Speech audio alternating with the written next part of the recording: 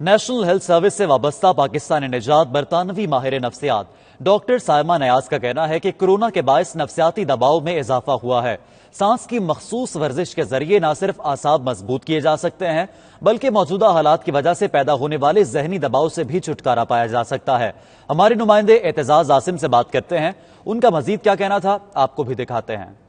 آج میں آپ سے شیئر کروں گی سانس اور سانس لینے میں استعمال ہونے والے پٹھوں یعنی مسلز کی ورزش کا سادہ سا طریقہ۔ تحقیق نے ثابت کیا کہ اس کے صحت پر بہت اچھے اثرات بھی مرتب ہوتے ہیں اور سانس کی ورزش کے بے شمار فائدے ہیں، لیکن دو جو بہت بڑے فائدے ہیں، ایک اس سے پھیپھڑے مضبوط ہوتے ہیں اور دوسرا سانس کی جو چھوٹی نالیاں ہیں وہ بھی کھلتی ہیں اور انگزائٹی اور گھبراہٹ کی علامات پر بھی قابو پایا جا سکتا ہے۔ بہت سے لوگوں کو معلوم نہیں ہے کہ زیادہ تر لوگ سانس لیتے ہوئے اپنے پھیپھڑوں کا پوری طرح استعمال نہیں کرتے اور وقت گزرنے کے ساتھ ساتھ یہ ہماری عادت بنتا جاتا ہے۔ اس کے علاوہ ہمارے پھیپھڑوں کا زیادہ تر حصہ سامنے کی طرف نہیں بلکہ ہماری پشت کی طرف پچھلی طرف ہوتا ہے، اور آج کل جیسا کہ لاک ڈاؤن کی وجہ سے زیادہ تر لوگ گھر میں بیٹھے ہوئے ہیں، لیٹے ہوئے ہیں، mobile phone, tablet, T V دیکھتے ہوئے،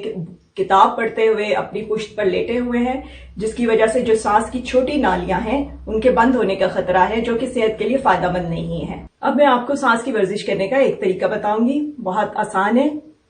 اس کے لیے پہلا طریقہ یہ ہے کہ آپ آرام سے بیٹھ جائیں، موبائل فون بند کر دیں، آنکھیں بند کر لیں، لائٹس آف کر دیں۔ اب آپ سانس کو ناک کے ذریعے آہستہ آہستہ اندر کھینچیے 4 تک کی گنتی کرتے ہوئے، اور یہاں پر سانس کو روک لیں، پھر 4 تک کی گنتی کریں اور پھر آہستہ آہستہ اپنے منہ کے ذریعے ہوا کو باہر نکالیں، اور یہاں پر پھر آپ 4 تک کی گنتی کریں، سانس کو روکیں، 4 تک کی گنتی کریں اور اس کے بعد آپ اسی کو دوبارہ کریں۔ یہ ورزش آپ 1 سے 4 منٹ تک کر سکتے ہیں، اور یا دن میں 5-6 مرتبہ کر لیں، کم سے کم کریں۔